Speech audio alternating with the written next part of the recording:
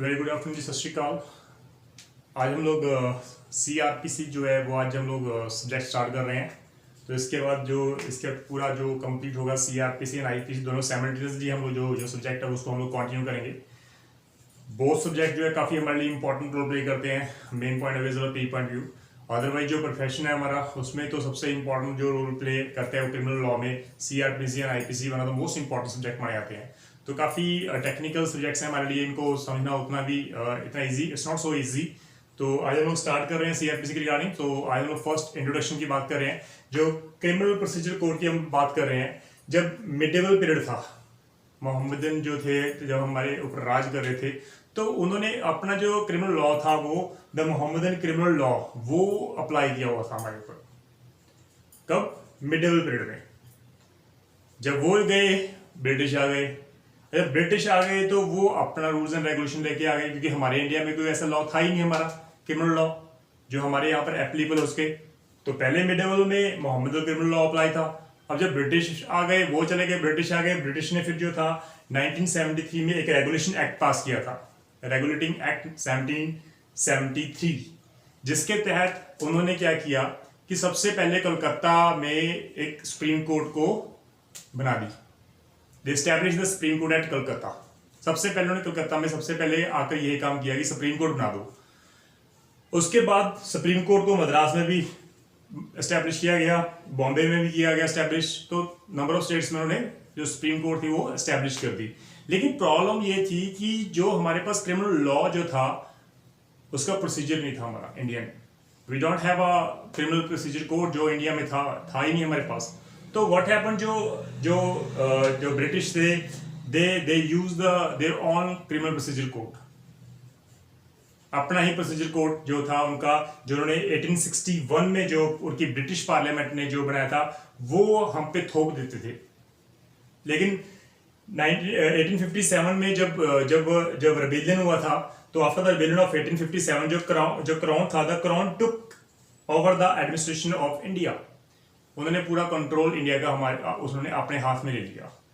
अब जब हाथ में ले लिया तो डेफिनेटली सबसे पहले उनका जो बेसिकली टास्क था वो था जो उनपे हमारे ऊपर राज करना, ठीक है, उनपे हमारा जो उनका लॉ था वो इस तरीके से बना देना ताकि हमें कंफर्टेबल जो महसूस हो सके। And what they happen at the end, उन्होंने जो CRPC था, उन्होंने 1882 में जो फर्स्ट CRPC जो हमारे इंडिया की हम बात कर रहे हैं, उन्होंने एक CRPC क्रिएट की फर्स्ट टाइम 1882 में, और उसके बाद उसको अमेंड किया गया 1898 में।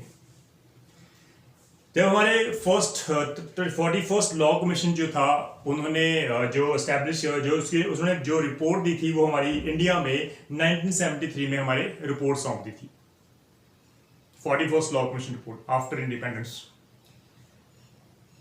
क्योंकि हमें जो CRPC था वो हमने जो इंडिया का था वो हमने प्रॉपर तरीके से बनाना था अभी। तो तब तक जब हम लोग इंडिपेंडेंट भी हो गए तभी हम लोग वही यूज कर रहे थे।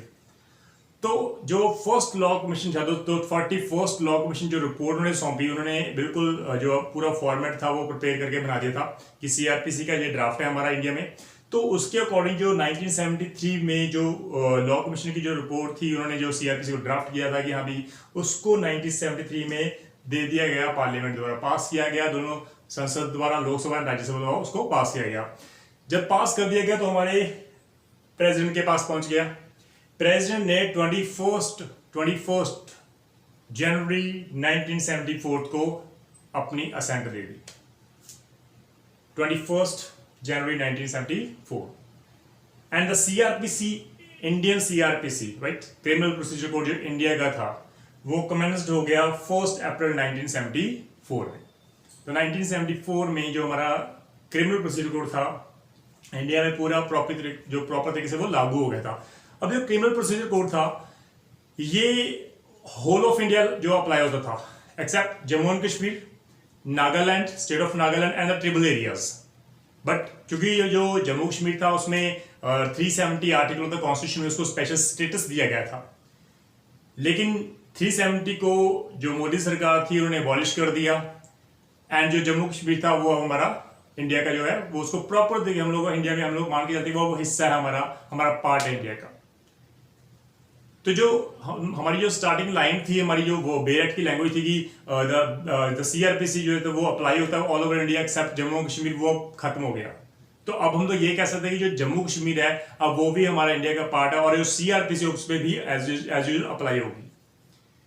लेकिन जो स्टेट ऑफ नागालैंड है एंड द ट्राइबल एरियाज, उसमें जो सीआरपीसी के जो चैप्टर हैं, chapter 8, chapter 10 and chapter 11, in 3 chapter को छोड़कर बाकी जो सीआरपीसी के जो बाकी चैप्टर हैं वो अप्लाई नहीं होते स्टेट ऑफ नागालैंड में एंड ट्राइबल एरियाज में।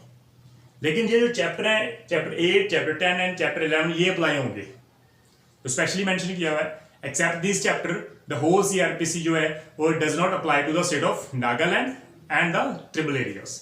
लेकिन अगर गवर्नमेंट चाहे, जो स्टेट गवर्नमेंट चाहे अगर नागालैंड की अगर ट्राइबल एरियाज को वो इंक्लूड करना चाहते हैं तो उन पे अगर वो रूल्स एंड रेगुलेशन लगाना चाहते हैं तो वो उनकी विश है, लेकिन यहाँ पर वहां पर उनको एग्जाम्प्ट कर दिया गया है। नाउ ये थी हमारी हिस्ट्री। जो इंपॉर्टेंट बात थी कि जो हमारे पूरे क्रिमिनल प्रोसीजर कोड की हम बात कर रहे हैं, तो उसमें जो क्रिमिनल प्रोसीजर कोड है for the end of justice के लिए हम बात कर रहे हैं, तो हमारे कुछ अथॉरिटीज हैं। सबसे पहले हमारा सुप्रीम कोर्ट आया था, उसके बाद जो उसके नीचे आती है वो हाई कोर्ट आती है हमारी। देन वी हैव डिस्ट्रिक्ट जो है हमारे सेशन जज है, जो एडिशनल सेशन जज है वो भी आए थे हमारे। देन उसके नीचे हमारे जुडिशियल मैजिस्ट्रेट आए थे। Then we have executive magistrate, क्योंकि हमारा जो सीआरपीसी है वो पूरा को पूरा प्रोसीजरल लॉ नहीं है, देयर नंबर ऑफ सेक्शंस जो सब्सटेंटिव भी हैं, इसलिए वहां पर एग्जीक्यूटिव मैजिस्ट्रेट को भी पावर दी गई है, right. Then we have a police को जो काम दिया गया है इन्वेस्टिगेशन करने के लिए, केस को इन्वेस्टिगेट करना और जो एविडेंस है उनको कलेक्ट करना and to submit the final report in the court, जिसको हम लोग चालान बोलते हैं, एंड द फाइनल रिपोर्ट हम लोग बोलते हैं अंडर सेक्शन 173 ऑफ सीआरपीसी। तो फाइनल रिपोर्ट पुलिस जो है वो सबमिट कर देती है। जो पब्लिक प्रोसिक्यूटर होता है वो रिप्रेजेंट कर रहा है स्टेट को। दैट मीन्स जो पुलिस के जितने भी केसेस आते हैं वो उनको रिप्रेजेंट कर रहा है, कौन कर रहा है? स्टेट को, पब्लिक प्रोसिक्यूटर। जो अक्यूज्ड है उनका जो डिफेंस काउंसिल है उनका भी इंपॉर्टेंट रोल है पूरे क्रिमिनल प्रोसीजर कोड में। तो ये जो हमारी अथॉरिटीज है जो वर्क करती है पूरे क्रिमिनल प्रोसीजर कोड में जस्टिस के लिए, राइट, ये सबसे इंपॉर्टेंट रोल प्ले करती है। हाई कोर्ट जो सुप्रीम कोर्ट है वो इंटरप्रिटेशन करते हैं, अपील्स डिसाइड करते हैं। पब्लिक प्रोसिक्यूटर अपना रोल प्ले करता है, बियॉन्ड द रीजनेबल डाउट वो केस को प्रूफ करता है। जो डिफेंस काउंसिल है वो अपने ही जो अक्यूज उसका जो क्लाइंट होगा वो अपने क्लाइंट को बचाने की कोशिश कर रहा है। जज जो है वो ऑन मेरिट बेसिस पे वो फाइनल डिसीजन देते हैं कि उनका डिसीजन क्या होगा। After hearing both the parties उनका फाइनल डिसीजन क्या वो डिसाइड कर देंगे। अगर किसी को लगता है कि हम इफ एनीवन इज एग्रीव तो हमारे नेक्स्ट जो लेवल है वो अपील का आता है, तो वो अपील फाइल कर सकता है उसके रिगार्डिंग। तो पूरा सीआरपीसी जो है वो इतना इंपॉर्टेंट है, हमारी डेफिनेशन क्लॉज इतनी इंपॉर्टेंट है कि जब हम लोग डेफिनेशन क्लॉज करेंगे आपकी जो कंसेप्ट है आधे तो वहीं पे क्लियर हो जाएंगे। क्योंकि स्टूडेंट्स में ज्यादातर प्रॉब्लम्स क्या आती है कि कॉग्निजेबल तो non cognizable cases, summon and warrant cases, ये 4 जो हमारी डेफिनेशंस हैं सबसे ज्यादा कंफ्यूजन इसी में होती हैं। लेकिन मैं शॉर्ट फॉर्म में अगर मैं बात कर रहा हूं तो मैं कंफ्यूजन दूर करता हूं कि भाई आप कॉग्निजेबल नॉन कॉग्निजेबल जो है वो पुलिस का काम है, वो पुलिस चेक करेगी। जब केस सबमिट होता है कोर्ट में, कोर्ट ने देखना कि भाई वो मैं समन जो वारंट या वारंट केसेस जो है उसका प्रोसीजर अप्लाई करूं या समन प्रोसीजर अप्लाई करूं।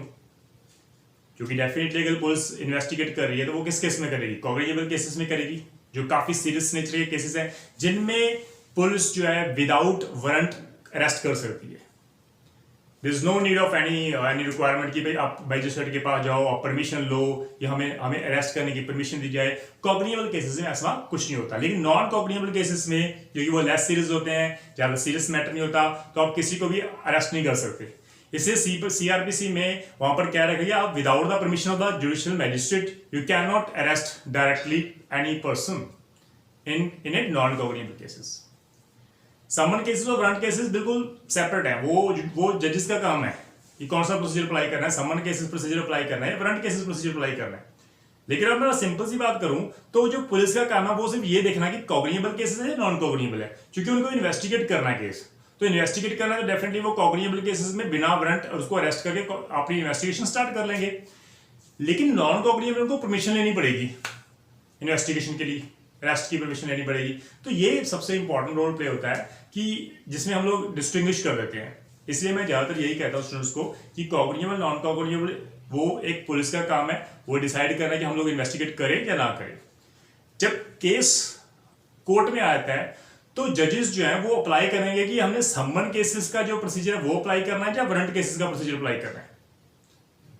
तो केसेस भी हमारे डिफरेंट हैं, उसके अकॉर्डिंग हम लोग बात कर रहे हैं। तो ये जो बेसिकली जो सीआरपीसी हम बात कर रहे हैं, it's just a introduction of the CrPC. तो जो इंपॉर्टेंट जो हम लोग बात कर रहे हैं कि this is the first lecture on the CrPC, जिसमें हम लोग सिर्फ हिस्टोरिकल बैकग्राउंड की बात करें एंड द 41st रिपोर्ट की बात करें, जो सबसे पहले जो सीआरपीसी जो वो क्रिएट की थी, दैट इज 1882 में फर्स्ट टाइम जो सीआरपीसी वो क्रिएट की गई थी। जो मिडेवल पीरियड में था, जो मिडेवल पीरियड में जो मोहम्मदन क्रिमिनल लॉ अप्लाई किया था, बाद में ब्रिटिश आ गए, ब्रिटिश ने अपना रूल्स अप्लाई कर दिया। बाद में हमने 41st रिपोर्ट के बाद 1973 का जो बिल था वो पास किया गया एंड असेंट दी गई 1974 21 जनवरी को, and it came into force on the 1st अप्रैल 1974। तो one of the most important procedure, one of the most important code जो सब्सटैंटिव लॉ को मोशन में लेके आता है। If somebody kills any person, अगर उन्हें ह्यूमन बीइंग की बात कर रहा है, अगर किसी ह्यूमन बीइंग की डेथ हो रही है, कोई पर्सन किसी को डेथ कर रहा है, तो उसका जो प्रोसीजर है, द प्रोसीजर उसकी अरेस्ट का, पुलिस की इन्वेस्टिगेशन का, कोर्ट में विद इन 24 आवर्स को प्रोड्यूस करने का अक्यूज्ड को, ये भी इंपॉर्टेंट है।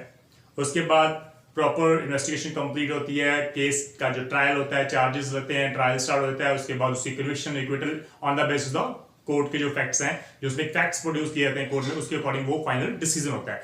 तो सबसे इंपॉर्टेंट जो रोल प्ले होता है, जजेस जो हैं वो ऑन मेरिट बेसिस पे डिसाइड करते हैं, no doubt. The public prosecutor and the defence counsel ये सबसे इंपॉर्टेंट रोल प्ले करते हैं।